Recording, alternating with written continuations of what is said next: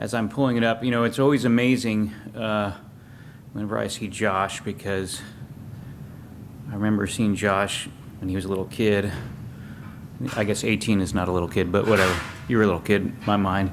And he came with his mom, and they're very much like every other chordoma patient in that they have a lot of drive and interest and curiosity, and they just wanted to have the best treatment for themselves. And so his mom is the most tenacious person in the world, and so is he. And they just pushed this thing and created a little club of chordoma people, but really they were pestering different physicians and scientists to try to get an answer for themselves. And this grew into this amazing thing, which I don't think this has ever happened for any other disease group, really, that it's gotten this big. Like whenever I ever go to any other sort of disease group, they're never this organized or have never made this much progress in this short a time. So it is amazing, right?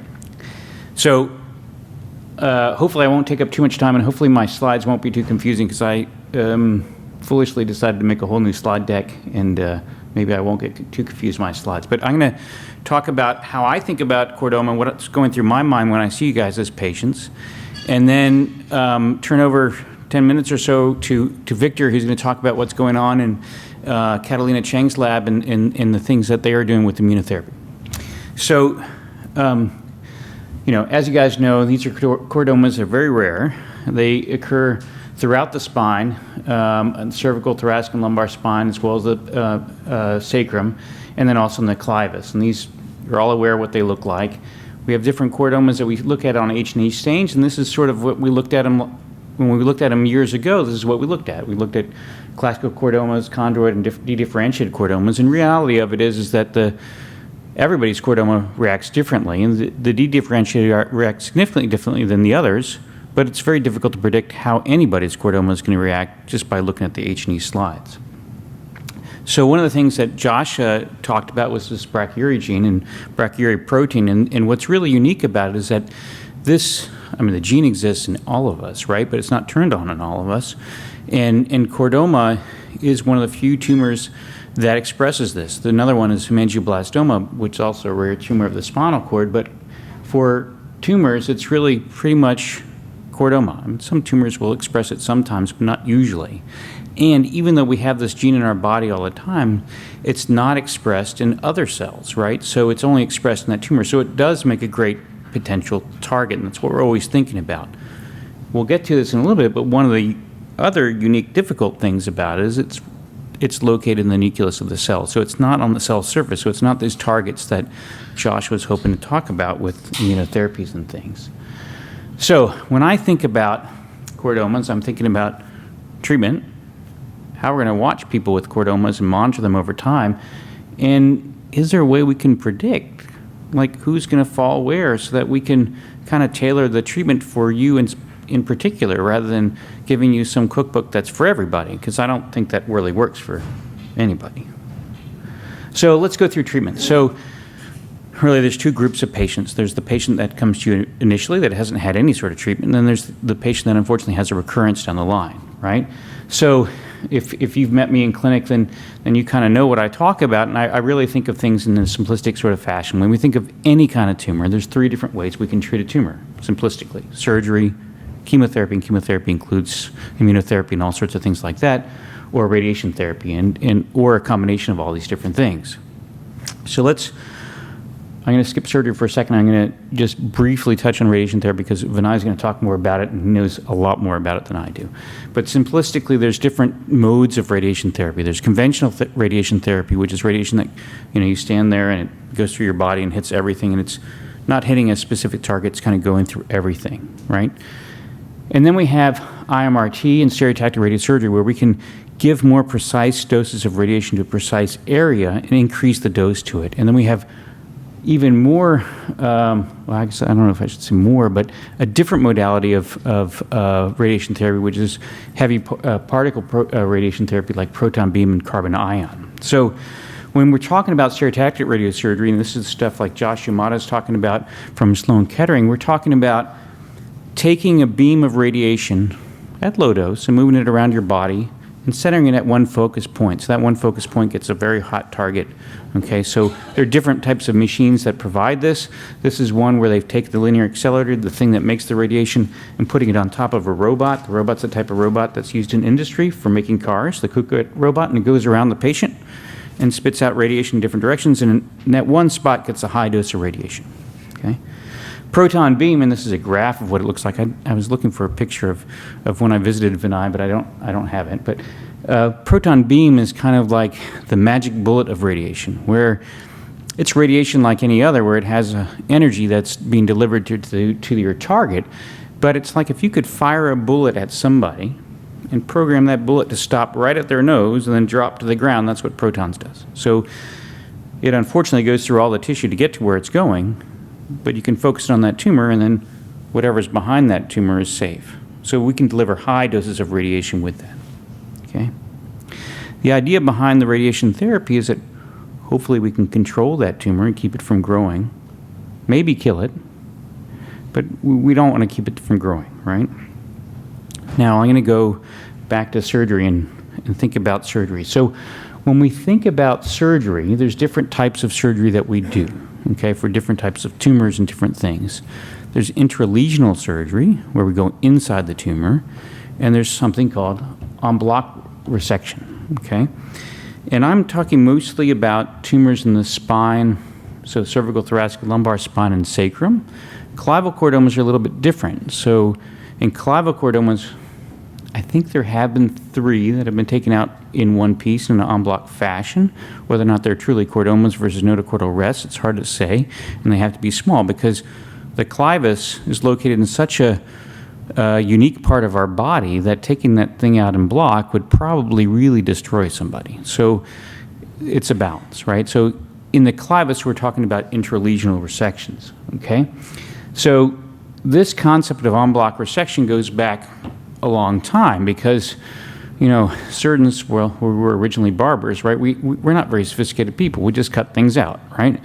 And surgeons found that if they cut things out wider, they have better control of things because we didn't have fancy things like radiation therapy and chemotherapy. And so the more we cut out, the better we were as far as controlling tumors, even though there was side effects to that. And there's a orthopedic surgeon named Enikin who came up with a classification of Enikin appropriate, Enikin inappropriate types of things. So Enikin appropriate was en bloc resection, Enikin inappropriate are intralesional types of resections, and this was really developed for extremity stuff, right?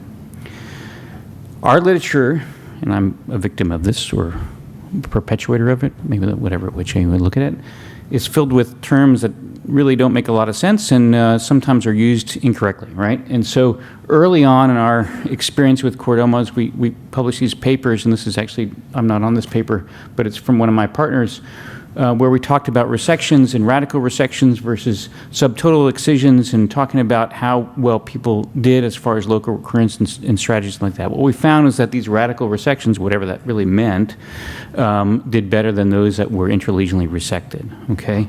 Now, better science behind this really requires better definitions of what we're talking about. So when you're reading through all this stuff, I'm just going to give you some terms so that we don't get totally confused, right? Because we use these things interchangeably and it's not always correct. So when we're talking about spondylectomies, right, and this is for the mobile spine, we're talking about taking out a segment of the spine. We're not talking about actually how that tumor is taken out, but we're talking about taking out an entire segment of the spine. It could be taken out in pieces, intralesionally, or it could taken out in pieces so that the tumor comes out en bloc. So when we're talking about chordomas, we're doing spondylectomies, taking out that segment of that spine so that we can remove that tumor in one piece. That makes sense. So if you look at this picture on the bottom, that's a tumor on an MRI scan. The bright stuff right here is the tumor, and here's the spinal cord. So this is the piece that we want to take on block. But in order to take that on block, we have to take this entire segment out. So we cut the back of this, separate it so we can protect the spinal cord, and then bring this somehow away from the spinal cord, right? That's a picture of a specimen there. That thing wasn't taken all out in one piece. The tumor was, because this is the tumor part. That part was taken out in one piece. This part, the back part, was taken separately, right? So the whole segment was taken out, but that tumor part was taken out one piece, if that makes sense. And then we talk about en bloc and what that means. And when we talk about en bloc, we're talking about margins, okay? So margins is what the pathologist actually looks. They're like our teacher grading our specimens to say, you did a good job or you did a bad job, right? And so what they're looking at, and they're looking at it in the microscope to say, is the tumor contained within the capsule? In the spine, in the sacrum, really our best margins are marginal margins, because in most of us, our tumors come up to the dura. So there's a capsule around the tumor, and we can separate that capsule from the dura, but that's the closest it's coming to things, right? So we're not taking the spinal cord. I guess you could do that, but that would be pretty crazy. We're not taking the spinal cord out. We're taking the entire tumor with the capsule, and that's a marginal resection.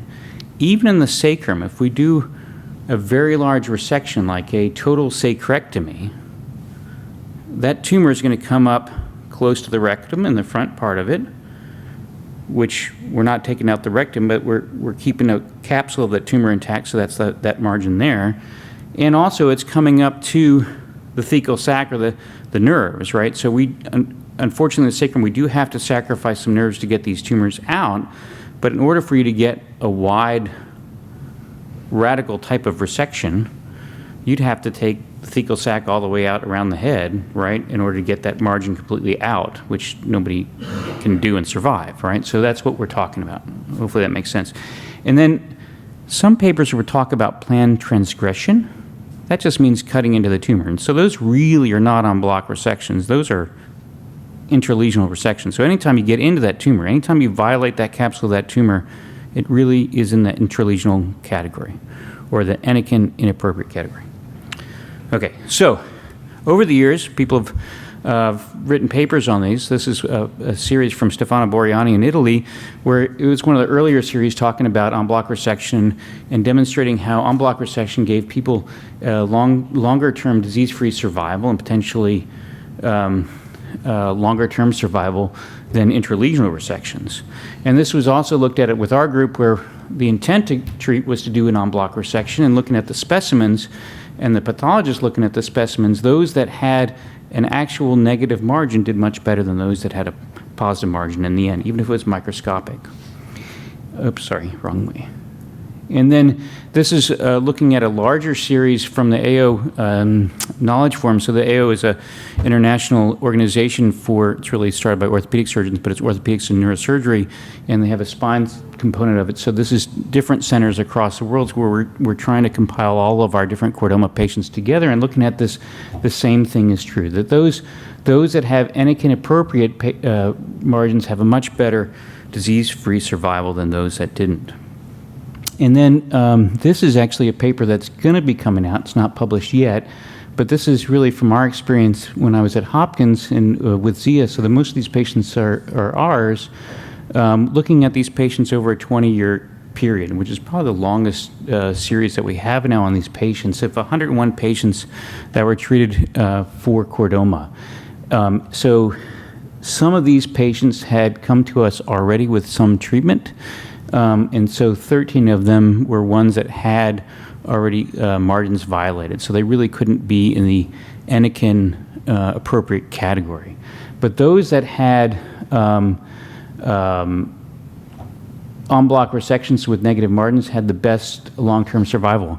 Interestingly enough, in this series, those that had neoadjuvant or pre-op radiation therapy, for whatever reason, tended to do worse. Now that doesn't, but I want to kind of caution people with that, right? Because it doesn't necessarily mean that radiation is making patients worse, because in our minds we were sort of biased against having neoadjuvant radiation anyway. So those patients that were getting neoadjuvant radiation in our hands probably had a tumor that needed it for a different reason and probably were in a different category. So whenever you're looking at this data, from a physician perspective, from a patient perspective, from a loved one perspective, take everything with a grain of salt, because there are some biases in every paper, right? And this is very important to understand, okay? Okay. Now, when we talk about en bloc resection, there are different things that we think about to decide whether or not something can actually be removed in one piece. And then these are the things that we translate to you to see if this is something that you want to undergo, I don't know if want to, will accept going through to do. Because most tumors can be taken out one piece, but whether or not the morbidity of that is something that is worthwhile for that patient is something that has to be balanced against that, right? Because we can't guarantee 100% that that tumor is not going to recur because we take it out in one piece, but these are things that we have to go through in our mind. So when I think about the tumor and where it's located, I can think about what is the sacrifice that's going to have to be made and what kind of consequence do we have with that. So if we're talking about cervical spine in our neck, we have 2 vertebral arteries, 1 on each side. The good thing is we have 1 on each side. We have usually, for some reason, the tumor tends to be on the non-dominant side, and usually we can sacrifice one of those arteries. You can't sacrifice both arteries because then unfortunately somebody won't survive, right? Same is true in the thoracic spine. We have arteries that go around the spine that come off the aorta. In the thoracic spine, we can sacrifice many of those arteries, but there's a limit. If you sacrifice too many of them, then the spinal cord doesn't get enough blood, and so it can have trouble as well. Different nerve roots can be sacrificed with different consequences. So if the hypoglossal nerve, that's one that controls our tongue, you can sacrifice one of them. People will have atrophy of their tongue on one side and be able to have a weird voice initially, but eventually they'll be able to compensate for that. So they'll be able to tolerate it pretty well. You can't sacrifice both. C3 to C5 are important for our diaphragm. You can lose that on one side and breathe fine. You can't lose it on both sides and breathe well. And the same is true for the rest of the cervical nerves. The cervical nerves are very important for our arm function. We can tolerate certain things without some of that function, but it's something that has to be in deep discussion about whether or not you really want to lose that function in your hand or not. I guess really want to is not the right term, but willing to accept losing that function. The same is true once we get to the lumbar roots and also the sacrum. Okay? So when we think about a tumor, this is one chordoma that's in the thoracic spine. We think about how am I going to get this thing out in one piece and what can I sacrifice to get this out? So we think about where I need to cut above and below and on the sides of this tumor. And so the orange is sort of outlining where the tumor is, and the red is outlining where the different cuts in the bone are going to be. And so I think of these things as 2 different stages when you're doing your operation. They might be multiple operations, but 2 different stages. One is how am I protecting the spinal cord or those nerves to make a corridor for that I can deliver the tumor, and then how am I taking that tumor out in one piece? Taking it through, and this is just one example of how surgeries go, right? Everybody has a different tumor. Everybody has a different type of surgery. So this is for that thoracic tumor where we can take this all out from the back. First, we start from the back. We unroof the spinal cord, expose the spinal cord, work around the spinal cord, kind of dissect all the way around the spine, moving the aorta and vena cava away from the spine, and then we can pass a special type of saw around the spine and cut the spine from the side, and then take that piece of spine out and reconstruct the spine. And so this is what our plan was, and that's what the specimen looks like for a negative margin resection. Okay, so we talked a little bit about radiation therapy, but Vinay's going to talk more about that. We talked about surgery, and Josh talked about chemotherapy. But let me actually talk one other thing about reconstruction, because this is something that has changed. So when I was going through my slides, I came across a slide that I put together for Chordoma. I don't even know if it was called Chordoma Foundation yet, but it was a Chordoma talk at the NIH back in 2008 or something. And I think Josh asked me to talk about like future in spine or something like that. And so I put together all of our different implants that we have and we're thinking about. And so at the time, what we have done is stainless steel, titanium, and something called PEEK, which is a pharmaceutical plastic. And then there was at that time carbon fiber for like extremity X-fix things for fractures and stuff. And I thought, well, this stuff would be awesome if we could one day use that in spine. What has changed, though, in the last few years is now we do have carbon fiber implants for spine, which is something that is potentially a really good thing for patients with chordoma. So what's good about these things is that carbon fiber is very strong, theoretically won't break, because, unfortunately, my spine patients know that Some of these implants break and wear out over time because they see metal fatigue, and that could be a nuisance for patients at the very least, if not a big problem for them. So the carbon fiber theoretically won't break. The other thing about it is that the imaging quality is much better, so we can follow tumors better to see if you have a recurrence or not, right? Whereas if we put all this metal in there, you can't see anything. It might make the surgeons feel good about themselves not being able to see a tumor coming back, but it doesn't really tell you anything. So if you can see really what's going on, you really know what's actually going on. And then the other thing about it is, if you are using these sophisticated radiation techniques, like Vinay's going to talk about with proton beam, they actually can't penetrate metal. Right? So the protons are blocked by the metal, but the carbon, they can go through it. So this allows patients that couldn't get that kind of radiation to get it later, right? If it's appropriate for them. The other metal that's come out recently is something, and I have trouble pronouncing it, but molybdenum rhenium, which is a special alloy. It's actually developed in the United States in Georgia.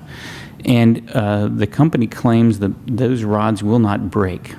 So they can make stronger, thinner rods that are potentially better for smaller people or for complex reconstructions that we couldn't do before. They will block protons, though, and so things like that. And they image a little bit better than titanium, but it is another metal that's a possibility for reconstruction.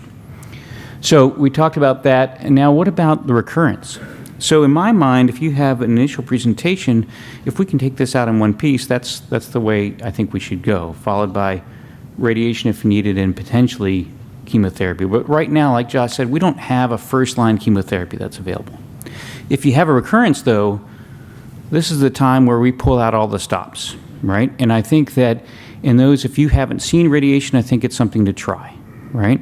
If you haven't seen chemotherapy, this is where we try an experiment on chemotherapy. And like Josh said, it's not a complete experiment. We're not just taking something and randomly throwing it at you, but we're now able to sophisticatedly look at mutations that you have in your tumor to see if there's something that you might benefit from specifically, or put you in one of these trials that's already established. So there is potential for that sort of thing.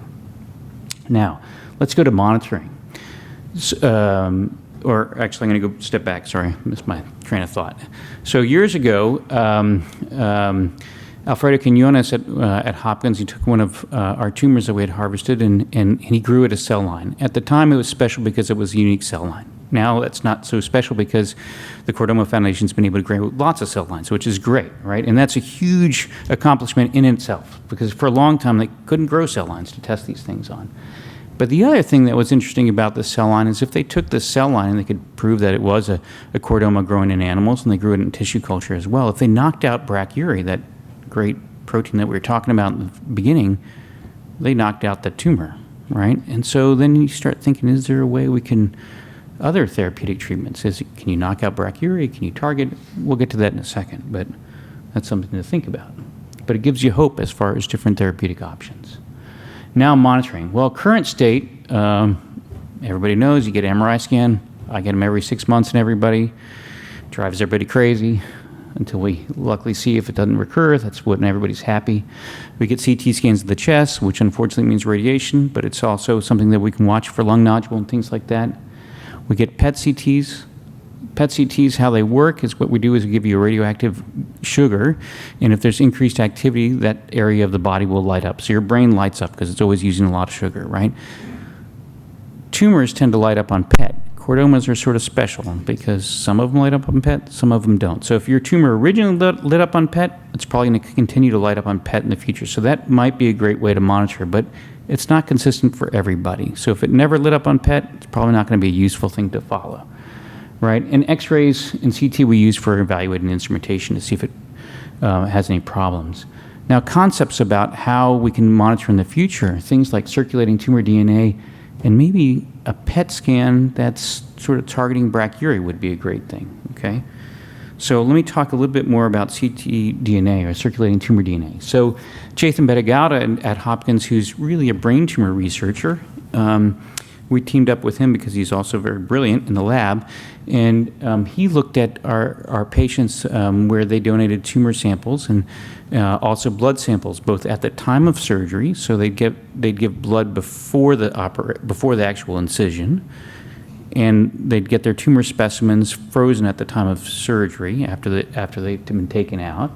And then we would collect blood on patients if they came for follow-up, and they'd also get their imaging. So they were able to collect the imaging and all this different blood at different serial events. Now, we try to collect blood and tumor on everybody.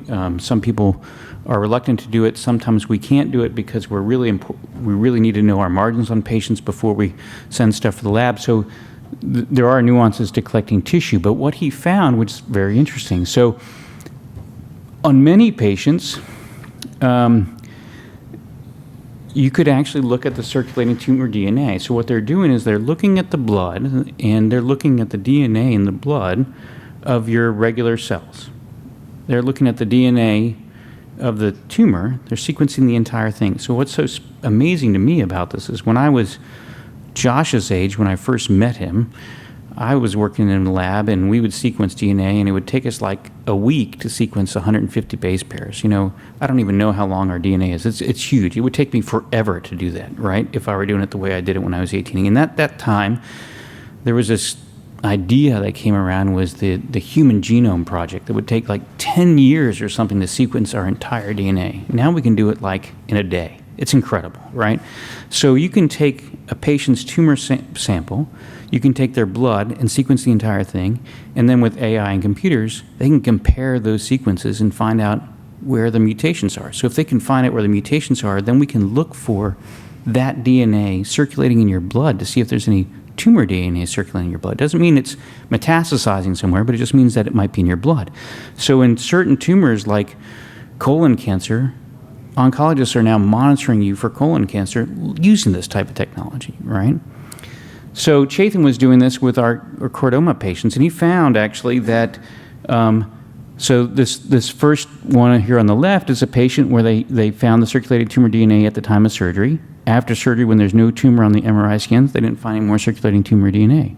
A different patient over here on the right, no circulating tumor DNA, none, and then they have a recurrence, and you can see the tumor DNA going up. So, wow, that sounds great. That sounds awesome. We can figure out when a tumor is coming back without having to get an MRI. How awesome would that be? Except for it make you super nervous every time you give them blood, but at least we'd know, right? But there are some caveats to this. So in 3 of the patients that had radiological evidence of recurrence of disease, we were able to show that they had increase in circulating tumor DNA. So it seemed like it was a 100% positive predictive value with a false negative rate of 0%. But then there is also the false positives that occur as well. And so it's not a completely clear story. And this was also in a small number of patients, just 30 samples that really turned into 20 samples in the end. So I think that to further explore this, we need many more. And there are companies now that are now offering this commercially. So I think this is something that we can explore in the future, because I think that would be a great thing for people if they could reduce some of that time lying in that wonderful MRI scan. Okay. Now, what about outcome prediction? So Chetan also looked at tumors, both our tumors and then tumors through this AO Foundation of tumors that we collected, to find out if he could see like how people did over time, right? Looking at things called these SNPs, right? Single nuclear polymorphisms, to look to see which patients we could predict would be better or do better than others. Interesting enough that with this one and also with the human telomerase reverse transcriptase promoter regions, they could, and these are ones actually that are taken from brain tumors, that's why they were looking at this. But what they could do is they could predict actually, they found patients that actually had a much better long-term survival. But what is different in it is that it doesn't predict who's going to have a recurrence or not. So those long-term survivals may be people with multiple recurrences, or they could be long-term survivals with no recurrence.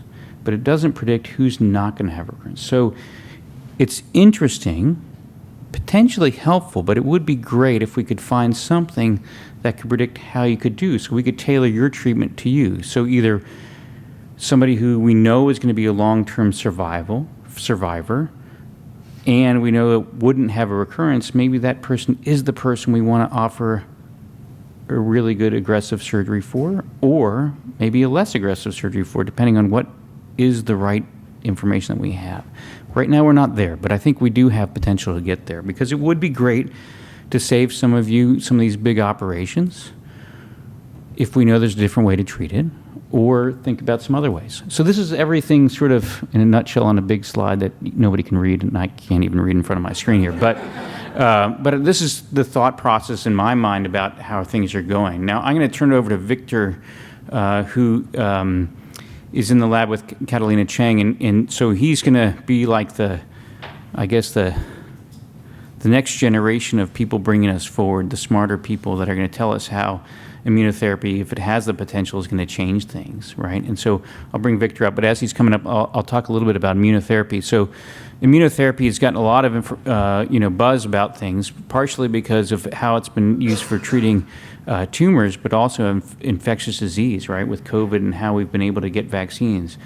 With Chordoma, we've been trying this with vaccines and targeting brachyuria. The problem with brachyuria is it's located inside the nucleus of the cell, so it's not on the cell surface. If we could somehow get it to the cell surface, I think we could win easily, right? We just have to figure out how to get there, right? And Victor's going to come on down, Victor. I'm just filling time till you walk down here.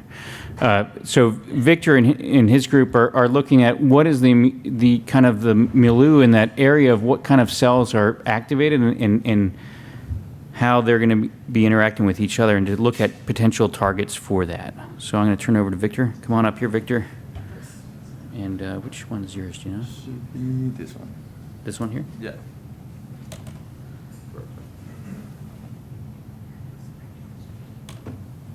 Awesome. Thank you, Dr. Wolinsky. Thank you, and also I want to thank the organizers of the Chordoma Foundation for this kind invitation. My name is Victor Arrieata. I am a postdoctoral scientist working at Northwestern University. I'm working with Dr. Wolinsky and Dr. Catalina Chang. And for the last few years, we have been investigating and determining the immune landscape of chordomas. And what I'm going to show you here is an overview of the most important aspects of the immune response in chordomas that we have characterized in several patients. So just as an overview of, and just as an introduction of the immune response in the context of cancer, what I want to show you here is, and let me see if I can, okay. Anyways, so what I want to show you here is that how the immune response arises in healthy conditions and also, let's say, in the context of a chordoma. So as you can see here, we have a representation, for instance, of a patient, and initially the chordomas recruit specific immune cells that will recognize specific components of tumor cells that we call antigens. As you can see, there are some cells that are in yellow that are traveling from the bone marrow, from this bone, to the tumor. And in parallel, there are some other immune cells called T cells. T cells are very important immune cells that will identify these components of tumor cells and will recognize them, and then they will kill them. So all these T cells initially under healthy conditions will travel to the thymus. They will mature in this organ, and then following maturation in the thymus, as you can see in the red organ, they will travel in the circulation, and then they will be located in specific organs called lymph nodes that are here shown in green.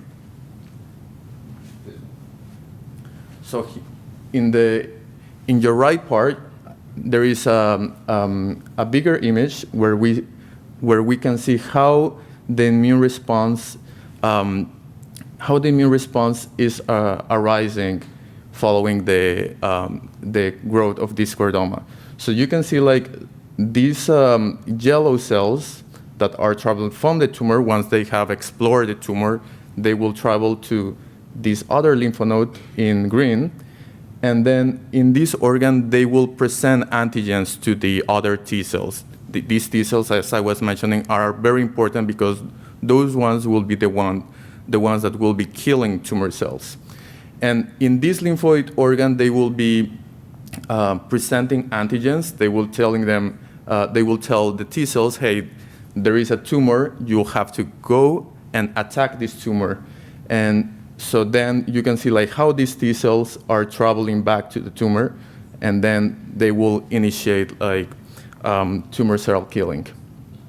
So to really understand what is going on in all these patients, and what we did in this analysis is we did a comprehensive analysis of tumor samples, but also we did an analysis of the peripheral blood. So here I'm just showing you two representative images of this comprehensive analysis that we did on tumor cells, on tumor samples. So for this analysis, we studied several tumors from the skull base, but also from different anatomical locations in the spine.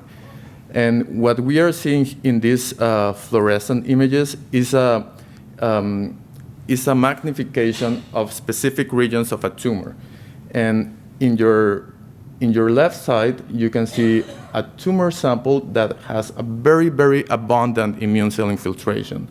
And in your right part, you will see a tumor that doesn't have this abundant immune cell infiltration. What we believe is that there are some intrinsic components and characteristics in every patient that allows this robust immune response. And this will be important in the context of immunotherapies because in some cases, and because we can use this information as a biomarker to then direct our immunotherapeutic strategies. And as Josh was mentioning, personalized strategies will be very important, and we believe will be very important for the application of immunotherapies. So for the next part, what we did was using a very important technology called single-cell RNA-seq. This basically allows us to see and to determine the function of every cell in the tumor. So here what I'm showing you is, let's say, the universe of cells that we can find in chordomas. And in addition to the analysis of chordomas, we also analyze peripheral blood just to see overall the systemic immune response. And then we analyze several immune cells in both the tumor, but also in the periphery. And next, what we did was to focus on this important immune cell called the T cells. So for this analysis, we recruited 7 patients, which you can see here, or here we're showing 6 patients, sorry. And we determined what is the function of each T cell, or in either the tumor, but also in the periphery. What we found is that these T cells that are important to recognize and kill tumor cells, when we analyze them in the tumor, they are actually very, very dysfunctional. And we have a term in immunology that we call exhausted CD8 T cells. We also have a very small proportion of these T cells that are also located in the tumor, and they are very, very active. But most of the T cells that are present in the tumor are CD8 exhausted T cells. So basically, just to represent what is happening in this scenario, is that CD8 T cells that will attack tumor cells, these will be called CD8 T cell early effectors. Once they arrive to the tumor, they will become very, very dysfunctional. And we believe, and this is something that we have studied and analyzed, we believe that this dysfunction is mediated by the interaction with other immune cells in the tumor. So basically, once these T cells arrive to the tumor, they no longer work. And we have devised and we have considered several immunotherapy strategies to avoid this dysfunction that I will talk in some minutes. So in addition to this analysis that we are able to perform just to see like the function of every T cell, we can also determine the specificity and also what components of the tumor these T cells are recognizing. So for instance, you can see on the upper part, these will be T cells that recognize tumor cells, and we are able to determine this based on the receptor that every T cell is expressing on their surface. So we can determine or predict what antigen these T cells will be recognizing. In addition to that, we can also determine those T cells that do not recognize tumor cells. So what we have found is that in the periphery, these T cells that recognize tumor antigens we are able to locate them in the periphery as well as in the tumor. The importance of this is that the T cells that are able to recognize tumor cells in the periphery are not dysfunctional. So the approach that we have been considered moving forward is to isolate these T cells that are not dysfunctional, to expand them, and then to reintegrate them into the patient so they can kill the tumor cells. In addition to this, we are considering vaccine strategies where we will use these peptides that are recognized by T cells and then activate T cells from the periphery and then reintegrate them into patients. But however, as I was mentioning, like all these T cells will become dysfunctional once they arrive to the tumor.